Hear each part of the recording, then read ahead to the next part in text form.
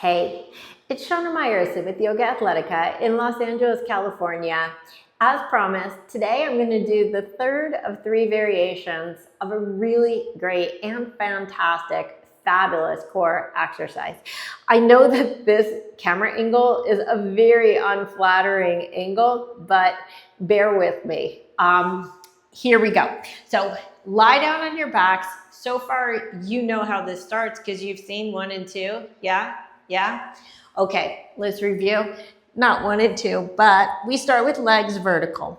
That's the main thing. You choose your arm position, arm straight back, palm in is ideal. Unfortunately, because I hurt my shoulder very badly, I'm sure you've heard by now if you watch me regularly, I actually cannot put my arm back there. So if you could do that, that's what I recommend. If you can't do it, maybe palms down makes it easier, or even under your tush would be easier. Okay, I'm just gonna have my arms like this so that I could point to things and stuff. Okay, so starting with your legs vertical, the good thing about having your legs vertical is it's very easy to lift your tail just a little bit. Remember that in this entire drill, beginning to end, even between reps, do not give up on this core engagement. The core engagement is going to be taking your ribs, pulling them in and down. As your pelvis moves up, your low back should be attached to the floor. No daylight between your low back and the floor. So I already gave you 2 variations that were sort of easy and moderate. Now we're going to go full on. For the full on variation, keep the tailbone lifting, the core engaging, legs engaging. Think about your legs pushing out as they go down. And all you're going to do is you're going to find your absolute edge. I don't care how low it is. Your absolute edge of how far you can go without, once again, having any space between your low back and the floor. Now, take my word for it. This may not seem very low, but if you're honest about this, this is pretty low. Keep your low back pressing. I did a version of this drill with my little sister. I'll put the description below. If you happen to have a partner, that is the best way to keep you honest. It's hard to keep honest when it's just you.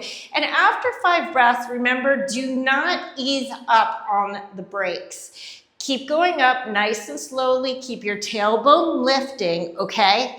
Your ribs going down, pelvis down, in order to ensure that your low back never leaves the floor, even between reps. So as I go into my second rep, we're just gonna do 2 because after that, hopefully you get it.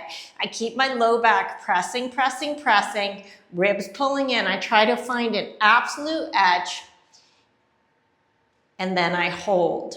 Okay, each time, hopefully, it goes a little bit lower, but I pretty much guarantee you, if you're going all the way down or very close, there's probably some space between your low back and the floor. Okay, so we got to make sure low back presses. It should feel very intense when you do this. As my legs go up, maintain the intensity, continue to pull your core in, pressing your low back down all the way up, and do not let go until you finish at least 5 reps. Okay, guys, hope you love this one. I love this one.